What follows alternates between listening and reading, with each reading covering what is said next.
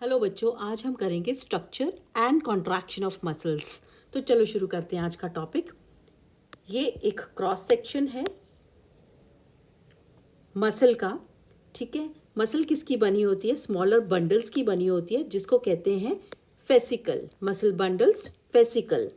Muscle bundles किसके बने होते हैं? और स्मॉल यूनिट्स के बने होते हैं, जिसको हम कहते हैं मसल फाइबर। ठीक है, मसल फाइबर जो है उसकी जो प्लाज्मा मेम्ब्रेन है उसको कहते हैं सार्कोलीमा। और सार्कोलीमा जो है वो सराउंडेड होती है बाय ब्लड कैपिलरी। तो these are blood capillaries around sarcolemma. ठीक है, सार्कोलीमा ऑफ मसल फाइबर्स। तो मसल फाइबर्स क्या बनाते हैं? Fascicle, muscle bundles. और मसल बंडल क्या बनाएंगे? Entire muscle. ठीक है, तो मसल बनी होती है मसल फेसिकल्स की, मसल फेसिकल बने होते हैं मसल फाइबर्स के, और मसल फाइबर्स इन टर्न बने होते हैं थिक एंड थिन फिलामेंट्स के, जिनको हम कहते हैं एक्टिन एंड मायोसिन फिलामेंट। तो आप ये डायग्राम ध्यान से देखिए। This is muscle. मसल बनी होती है मसल बंडल्स की, यानी कि फेसिकल्स की, और मसल फेसिकल्स जो हैं वो इन टर्न बने होते हैं, इन टर्न किसके बने होते हैं? मायोफाइब्रिल्स के। ये एक मायोफाइब्रिल है। ठीक है, मायोफाइब्रिल अगर आप ध्यान से देखें तो ये किसका बना होता है? Alternate dark and light bands, dark and light bands का बना होता है। ठीक है, ये डार्क और लाइट बैंड्स किसकी वजह से होते हैं? एक्टिन फिलामेंट और मायोसिन फिलामेंट्स की वजह से। ये थिक और थिन फिलामेंट्स होते हैं। आप ये देखिए, ये सेंटर में क्या है? थिक फिलामेंट है, और जो साइड्स पे हैं वो थिन फिलामेंट हैं। ठीक है, ये थिन फिलामेंट जो होते हैं वो एक्टिन फिलामेंट्स होते हैं, और ये जो बीच में थिक फिलामेंट है ये होता है मायोसिन फिलामेंट। इनकी वजह से ये ऑल्टरनेट अपीयरेंस आता है डार्क और लाइट बैंड्स का। अब आप ये ध्यान दें, ये जो टू जेड लाइंस होती हैं, जिनके बारे में मैं अब आपको बताऊंगी जेड लाइंस कहाँ होती हैं। जेड लाइंस के बीच का जो स्ट्रक्चर होता है उसको कहते हैं सार्कोमेयर। सार्कोमेयर क्या होता है? हाँ, एक वो कॉन्ट्रैक्टाइल यूनिट होता है मायोफाइब्रिल का। ठीक है, जहाँ पे कॉन्ट्रैक्शन होगी मसल्स की, मसल फाइबर्स की। तो आप ये डायग्राम ध्यान से देखिए। ठीक है बेटा, ऊपर वाला सार्कोमियर जो है वो रिलैक्स्ड मसल शो कर रहा है, और नीचे वाला जो डायग्राम है वो सार्कोमियर कॉन्ट्रैक्टेड मसल शो कर रहा है। ठीक है, अब आप ये देखिए बच्चे, जो रिलैक्स्ड मसल है इस पे ध्यान दीजिए। ये हैं दो जेड लाइंस। जेड लाइंस कहाँ पे होती हैं? ये होती हैं जिसके साथ थिन फिलामेंट्स अटैच करते हैं। थिन फिलामेंट्स यानी कि एक्टिन फिलामेंट्स। ठीक है, थिन फिलामेंट्स अटैच करते हैं एक इलास्टिक फाइबर के साथ। ये जो इलास्टिक फाइबर है इसको कहते हैं जेड लाइंस। ठीक है, और बीच के जो थिक फिलामेंट्स हैं, थिक फिलामेंट्स जिनको हम कहते हैं मायोसिन फिलामेंट्स, ये मायोसिन फिलामेंट्स भी सेंटर में एक इलास्टिक मेम्ब्रेन के साथ अटैच्ड होते हैं, जिसको हम कहते हैं एम लाइन। ठीक है, अब आप ध्यान दीजिए, आई बैंड्स जो हैं वो उनमें क्या प्रेजेंट होगा? Only thin bands, thin filaments. और जो ए बैंड होता है, ए बैंड में दोनों फिलामेंट्स आते हैं, थिक भी आता है और थिन भी आता है। थिन का some part of thin filament and the entire thick filament जो होता है वो ए बैंड में आता है। ठीक है,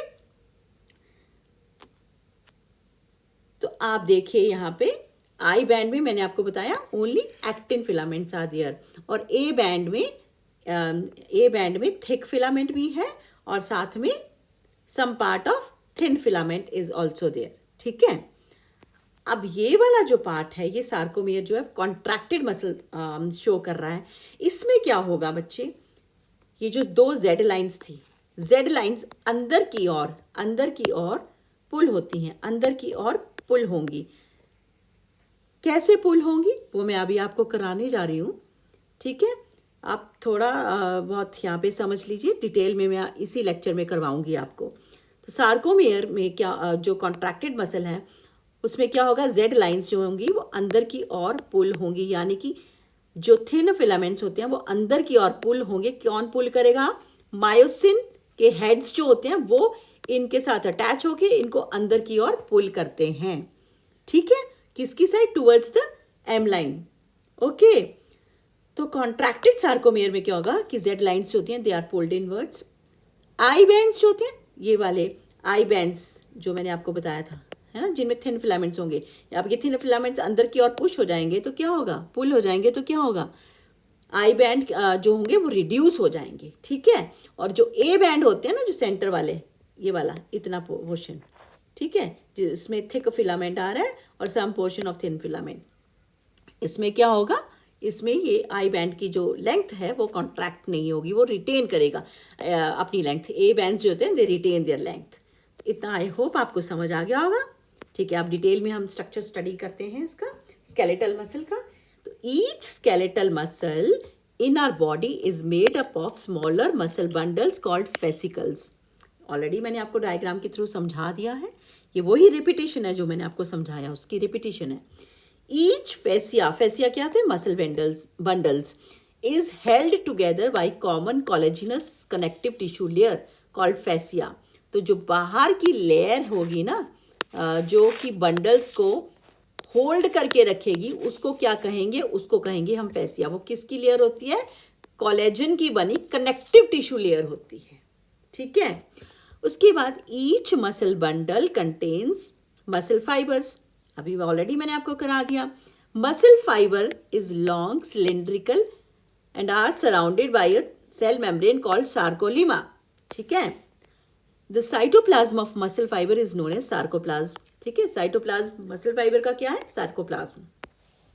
अब मसल फाइबर जो होती है ना, वो इज सिंसिटियम, ये इंपॉर्टेंट है, it is multi nucleate as the cytoplasm contains many nuclei. और ये it is formed, muscle fiber जो होती है ना, it is formed by the fusion of many cells, ठीक है। ये फ्यूजन ऑफ मैनी सेल से बनती है, इसीलिए ये सिंसिटियम होती है मसल फाइबर, ठीक है। इट कंटेन्स न्यूमरस माइटोकॉन्ड्रिया, इसके माइटोकॉन्ड्रिया को कहते हैं sarcosomes. It has smooth surface endoplasmic reticulum. Smooth surface का क्या मतलब है, मतलब डिवॉइड ऑफ राइबोसोम्स, ठीक है। तो इसके एंडोप्लाज्मिक रेटिकुलम को कहते हैं सार्कोप्लाज्मिक रेटिकुलम। और ये भी एक इंपॉर्टेंट पॉइंट है क्योंकि it is store house of calcium ions, और कैल्शियम आयंस जो है बहुत बड़ी भूमिका निभाते हैं इन मसल कॉन्ट्रैक्शन, जो कि अभी हम करेंगे स्लाइडिंग फिलामेंट थ्योरी में, ठीक है। Muscle fibers contain hundreds of several thousand parallelly arranged filaments in the sarcoplasm called myofilaments or myofibrils, ठीक है। मसल फाइबर इन टर्न किसका बना होता है, मायोफिलामेंट्स का और मायोफाइब्रिल्स का। कौन से हैं ये, एक्टिन और मायोसिन फिलामेंट्स, ठीक है। उन एक्टिन और मायोसिन फिलामेंट्स को कहते हैं मायोफिलामेंट्स या मायोफाइब्रिल्स भी कहते हैं। तो मसल फाइबर इन टर्न किसका बना होता है, मायोफिलामेंट्स का या मायोफाइब्रिल्स का। और मायोफाइब्रिल पे क्या होते हैं, ऑल्टरनेट डार्क और लाइट बैंड्स होते हैं। स्ट्राइटेड अपीयरेंस किसकी वजह से होता है, ड्यू टू दिस ऑल्टरनेट और डार्क बैंड्स। और ये किसकी वजह से होते हैं, ये भी इंपॉर्टेंट पॉइंट है, due to the distribution pattern of two important proteins actin and myosin. तो एक्टिन जो है वो थिन फिलामेंट्स बनाती है और मायोसिन जो है वो थिक फिलामेंट्स बनाती है। तो आई बैंड जो है, जो आइसोट्रॉपिक बैंड है, वो लाइट बैंड है और उसमें सिर्फ एक्टिन फिलामेंट्स होते हैं। और ए जो है वो एनाइसोट्रॉपिक बैंड है, जिसको हम डार्क बैंड भी कहते हैं क्योंकि उसमें मायोसिन और एक्टिन दोनों फिलामेंट्स होते हैं। Both actin and myosin proteins are arranged as rod like structures parallel to each other and also to the longitudinal axis of the myofibril. Actin filaments जो होते हैं वो थिन होते हैं, मायोसिन फिलामेंट्स जो होते हैं वो थिक होते हैं। सेंटर ऑफ आई बैंड जो है उसमें एक इलास्टिक फाइबर होता है जिसको जेड लाइन पे कहते हैं या जेड डिस्क कहते हैं या क्रॉसेस मेम्ब्रेन कहते हैं। The filaments are firmly attached to Z line. कौन से फिलामेंट्स बेटा, कौन से फिलामेंट्स, थिन फिलामेंट्स। कौन से फिलामेंट्स अटैच्ड होते हैं, थिन फिलामेंट्स। थिन फिलामेंट्स किससे फर्मली अटैच्ड होते हैं, टू जेड लाइन, ठीक है। Thick filaments in the A band are also held together in the middle by thin fibrous membrane called M line. अब ये मैं आपको डायग्राम के थ्रू समझा चुकी हूँ। A and I bands जो हैं वो alternate करते हैं with each other throughout the length of the myofibril. The portion of the myofibril, ध्यान दें, portion of the myofibril that lies between two successive Z lines is called sarcomere. Sarcomere होता क्या है? Is a bundle of thick and thin filaments. इसको आप functional और contractile unit भी कहते हैं मायोफाइब्रिल का। The central part of thick filament which is not overlap by thin filament is called H zone. तो एच जोन कौन सी है? जो सेंट्रल पार्ट है जो कि ओवरलैप नहीं होगा बाई थिन फिलामेंट्स। यहाँ पे ध्यान दें, ये वाला जो सेंट्रल पार्ट है, सेंट्रल पार्ट दिस वन, ठीक है, ये आपका एच जोन है, दिस पार्ट। इसको आप क्या कहेंगे?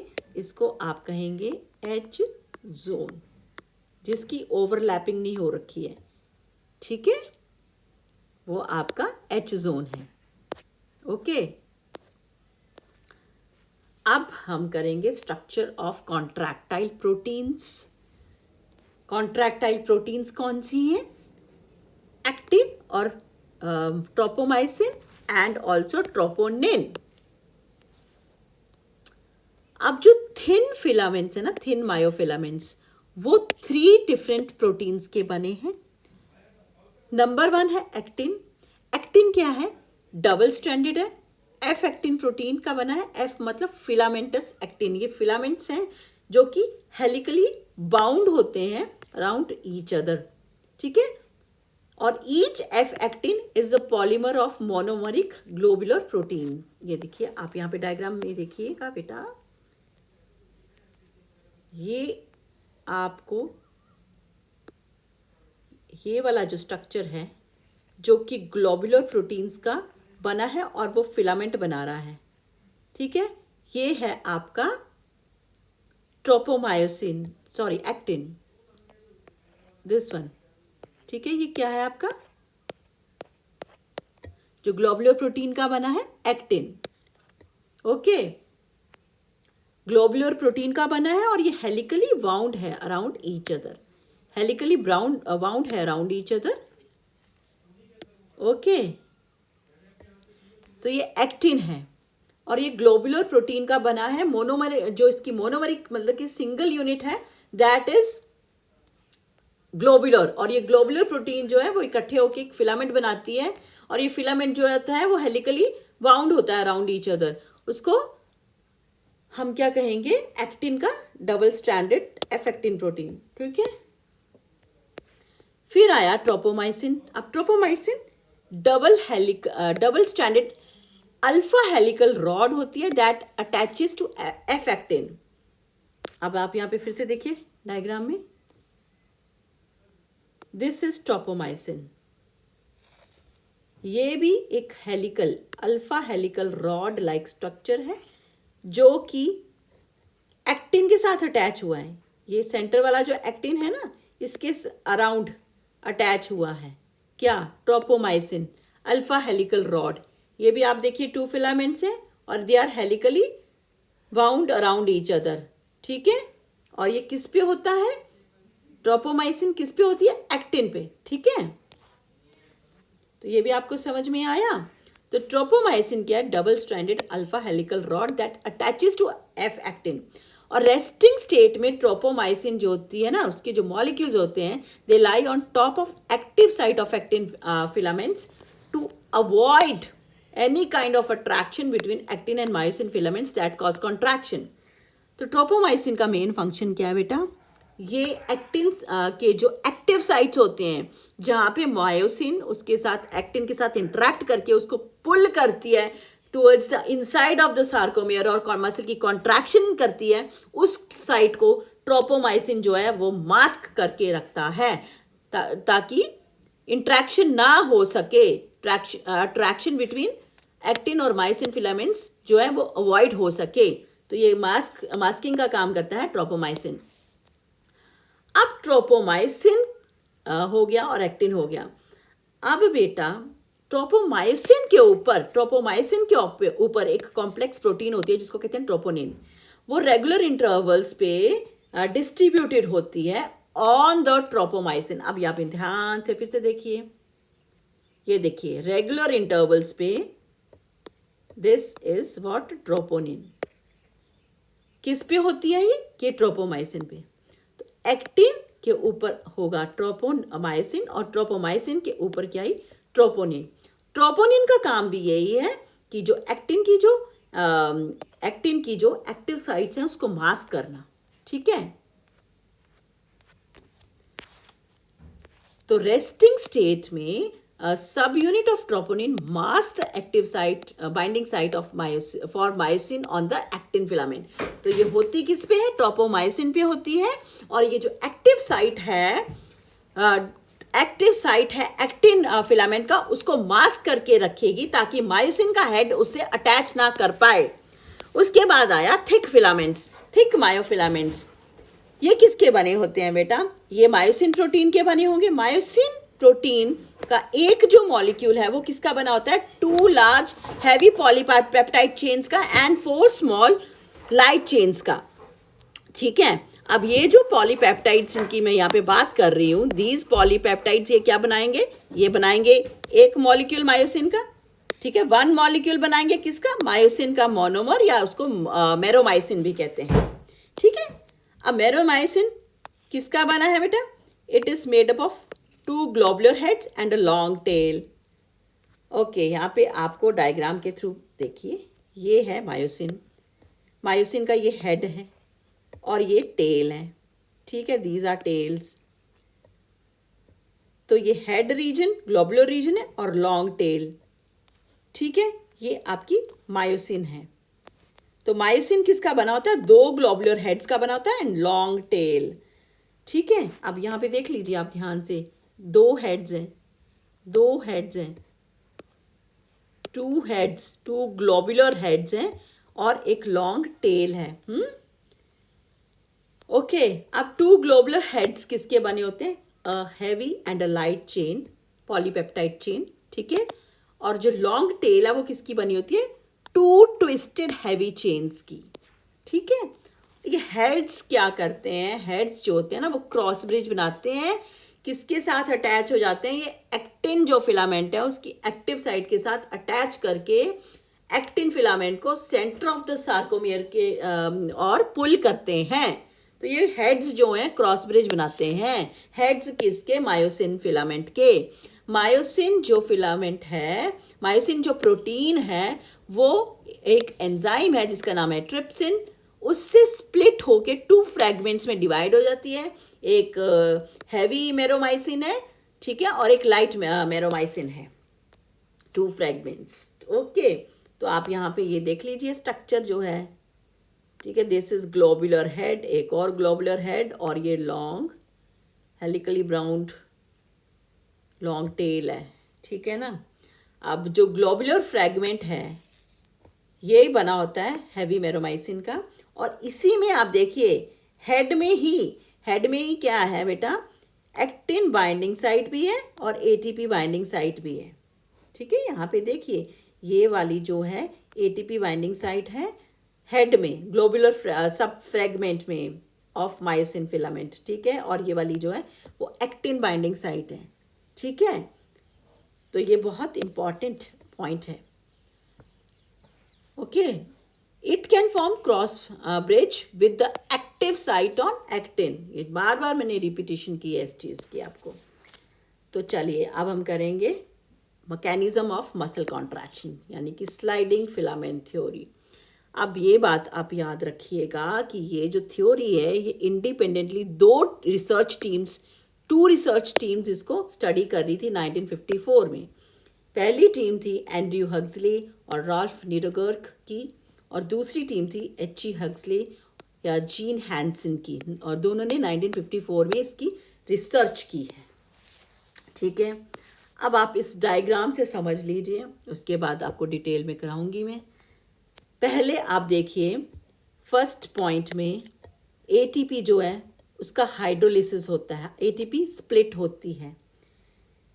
जो मायोसिन हेड के साथ अटैच होती है ना ये एटीपी, ये स्प्लिट होती है। ये स्प्लिट होगी तो क्या होगा? मायोसिन हेड जो है ना वो एनर्जाइज हो जाएगा, उसको एनर्जी मिल जाएगी, ठीक है। और फिर वो रीओरिएंट हो जाता है, रीओरिएंट हो जाएगा मतलब मायोसिन हेड जो है वो एक्टिव साइट के साथ, ये आपका एक्टिन फिलामेंट है ना बेटा, और ये मायोसिन फिलामेंट है। तो मायोसिन का जो हेड है वो एक्टिव साइट जो है एक्टिन फिलामेंट की उसके साथ अटैच करके एक क्रॉस ब्रिज बना देगा।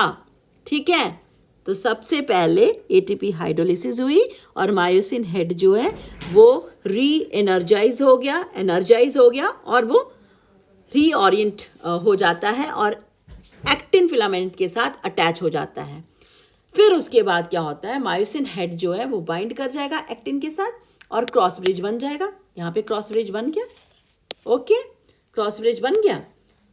उसके बाद आप देखिए थर्ड पॉइंट में, myosin head rotate towards the centre of the sarcomere, जिसको कहते हैं पावर स्टॉक।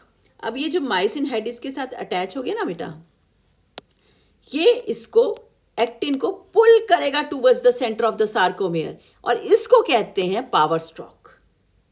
ठीक है, अब इसके बाद क्या होगा, मायोसिन जो फिलामेंट है वो रिलीज कर देगा अपना एडीबी डाइफॉस्फेट, एडिनोसिन डाइफॉस्फेट और फॉस्फेट आयन को रिलीज कर देगा और मसल जो है वो रिलैक्स हो जाएगी।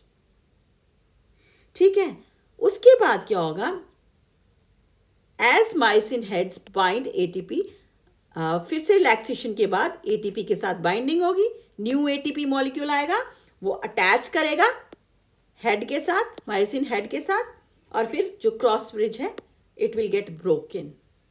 तो आप ये बात याद रखिएगा, बहुत इंपॉर्टेंट बात ये है कि जब एटीपी के साथ ज्वाइनिंग हो रही है, ठीक है, एटीपी के साथ ज्वाइनिंग हो रही है तो क्रॉस ब्रिज इज ब्रोकन, और जब एडीपी के साथ ज्वाइन हो रही है क्रॉस ब्रिज इज फॉर्म्ड।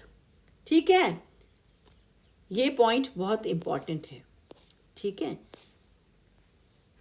अच्छा, दिस इज ऑल्सो इंपॉर्टेंट, आपको पता होना चाहिए कि what is motor unit. Motor unit क्या होता है बेटा, एक मोटर न्यूरॉन जो सीएनएस से सिग्नल लेके आएगा to this muscle for contraction. ठीक है, तो motor unit consist of motor neuron plus this muscle fiber. ये मसल फाइबर और ये मोटर न्यूरॉन दोनों इकट्ठे क्या बनाते हैं, मोटर यूनिट। ठीक है, अब न्यूरोमस्कुलर जंक्शन, उसको मोटर एंड प्लेट भी कहते हैं। दिस पार्ट जहाँ पे ये डेंड्राइट्स जो हैं, जो इसकी टर्मिनल आर्बोराइजेशंस जो हैं वो अटैच कर रही हैं मसल के साथ, उस जंक्शन को हम क्या कहते हैं, जंक्शन किसके बीच का, बिटवीन मोटर न्यूरॉन और सार्कोलीमा ऑफ मसल फाइबर। सार्कोलीमा यानी कि plasma membrane of the muscle fiber और मोटर न्यूरॉन के बीच का जो जंक्शन है उसको हम कहते हैं न्यूरोमस्कुलर जंक्शन। अब हम ये पॉइंट वाइज आपको बताने जा रही हूँ मैं, कॉन्ट्रैक्शन ऑफ मसल फाइबर। सबसे पहले सेंट्रल नर्वस सिस्टम से सिग्नल आता है जिसको कौन कंडक्ट करेगा, मोटर न्यूरॉन। कहाँ लेके आएगा, न्यूरोमस्कुलर जंक्शन पे। न्यूरोमस्कुलर जंक्शन जो है फिर क्या करेगा, एक न्यूरो ट्रांसमीटर को रिलीज करेगा जिसको कहते हैं एसिटाइल कोलिन। अब एसिटाइल कोलिन क्या करेगा, जनरेट करेगा एक्शन पोटेंशियल इन सार्कोलीमा। अब ये जो एक्शन पोटेंशियल है ना वो स्प्रेड कर जाएगा through out the muscle fibre. फिर क्या होगा, कैल्शियम आयंस रिलीज होंगे इनटू द सार्कोप्लाज्म। कहाँ से होते हैं, फ्रॉम द सार्कोप्लाज्मिक रेटिकुलम, जो एंडोप्लाज्मिक रेटिकुलम है ऑफ द मसल फाइबर्स। वो कैल्शियम आयंस को रिलीज करेगा, वो सार्कोप्लाज्म में आ जाएंगे। अब कैल्शियम आयंस क्या करते हैं ना, ट्रोपोनिन के साथ बाइंड कर जाते हैं।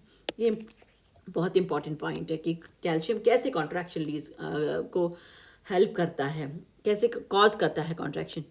तो कैल्शियम ट्रोपोनिन के साथ बाइंड कर जाएगा। ट्रोपोनिन है कहाँ पे, एक्टिन फिलामेंट पे। अब जो एक्टिव साइट्स हैं on actin filament which were masked by troponin are now exposed. तो एक्टिव साइट्स अब एक्सपोज हो जाएंगी क्योंकि ट्रोपोनिन जो है वो कैल्शियम के साथ ज्वाइन कर दिया, उसने छोड़ दिया जो इसकी एक्टिव साइट्स थी एक्टिन फिलामेंट्स की, उनको छोड़ दिया, वो एक्सपोज हो जाएंगी। अब एक्सपोज हो जाएंगी, फिर एटीपी हाइड्रोलिसिस होगा।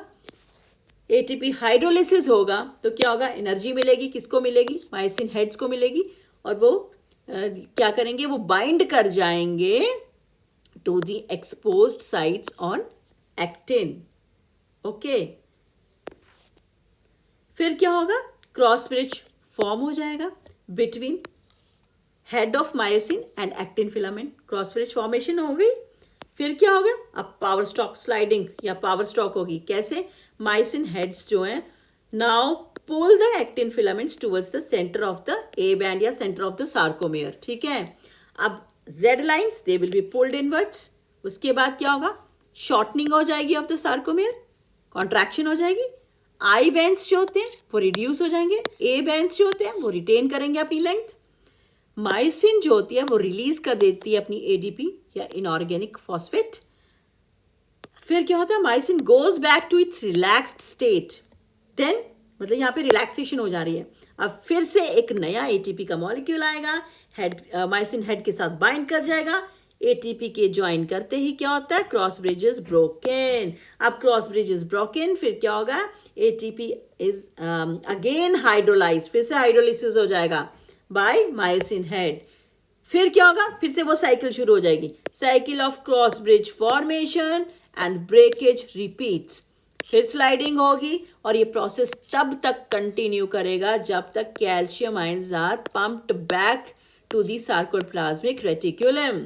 Now then the Z lines return to the original position और फिर से रिलैक्सेशन हो जाती है, ठीक है। अब ये फटीग क्या होता है बेटा, repeated activation of muscles can lead to the accumulation of lactic acid due to anaerobic breakdown of glycogen in them causing muscle fatigue, ठीक है। accumulation हो जाता है lactic acid का during anaerobic breakdown of due to the anaerobic breakdown of glycogen, और इसके कारण क्या होता है, मसल फैटीग हो जाती है। रिगर मोर्टिस होता है डेथ के बाद, जब मसल्स जो होती हैं बॉडी की वो स्टिफन कर जाती हैं और नॉन सेपरेशन हो जाती है एक्टिन और मायोसिन फिलामेंट्स की। वो क्यों होती है, due to the non availability of ATP. क्या होगा, क्रॉस ब्रिज ब्रेकेज या फॉर्मेशन नहीं हो पाएगी, ठीक है। तो वो कॉन्ट्रैक्टेड उसमें ही रह जाएंगी स्टेट में और रिगर मोर्टिस हो जाएगा। ऑक्सीजन डेप्थ, जब डेथ क्या होता है, डेथ होता है जब विग्रस एक्सरसाइज के दौरान ऑक्सीजन की शॉर्टेज हो जाती है, ठीक है। तो मसल्स जो होती हैं वो एनारोबिक रेस्पिरेशन करने शुरू हो जाएंगी और फिर क्या होगा, लैक्टिक एसिड जो होता है वो प्रोड्यूस हो जाता है, ठीक है। तो मसल फैटीग हो जाएगी उससे, क्योंकि लैक्टिक एसिड जो है वो एक्यूमुलेट कर जाएगा और ये जो फैटीग्ड मसल्स हैं इनको फिर एक्स्ट्रा ऑक्सीजन की रिक्वायरमेंट चाहिए होती है, तो इसीलिए इसको ऑक्सीजन डेथ कहते हैं। अब स्केलेटल मसल फाइबर्स दो टाइप के हैं, रेड फाइबर्स और वाइट फाइबर्स। रेड फाइबर्स जो हैं मायोग्लोबिन कंटेंट जो होता है इसका हाई होता है इसलिए रेड होती हैं, इसका लो होता है वाइट फाइबर्स का इसलिए वाइटिश होती हैं। माइटोकॉन्ड्रिया रेड में मोर होता है than white. Sarcoplasmic reticulum red fibers का लेस है और वाइट का मोर है। रेड फाइबर्स जो होते हैं they carry out aerobic oxidation without accumulation of lactic acid, और वाइट फाइबर्स जो होते हैं they depend on anaerobic respiration for their energy production and accumulate lactic acid during strenuous work. Red fibers, they have slow rate of contraction for longer periods, and white fibers, they have fast rate of contraction for short period. Thank you.